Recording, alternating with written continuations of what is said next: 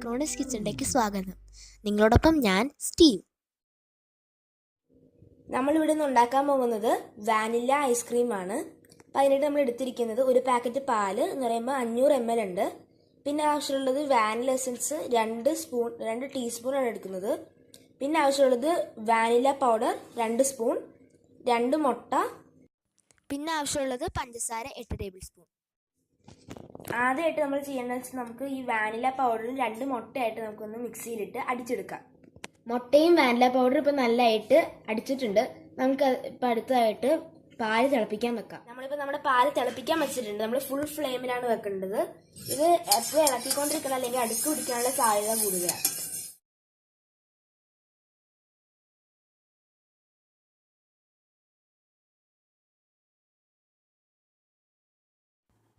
ഇതിലേക്ക് നമുക്ക് ആദ്യമേ എടുത്ത് വെച്ച പഞ്ചസാര ഇടാം.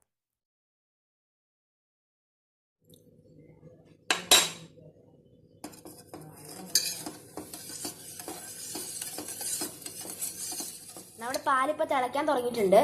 നമ്മൾ ആദ്യമേ അടിച്ചു വെച്ച മുട്ടയും വാനില പൗഡറും നമുക്ക് ഇതിലേക്ക് ചേർക്കാം.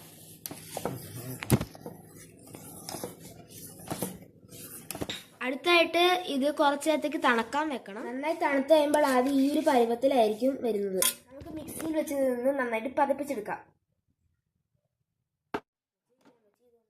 ഇതിപ്പോൾ നന്നായി അടിഞ്ഞിട്ടുണ്ട്. ഇത് നമ്മൾ ഫ്രീസറിൽ 6 മണിക്കൂറത്തേക്ക് വെക്കണം. ഇത് നന്നായിട്ട് മൂടിയിട്ട് വേണം ഫ്രീസറിൽ വെക്കാൻ. നമ്മുടെ ഐസ്ക്രീം ഇപ്പോൾ തയ്യാറായിട്ടുണ്ട്.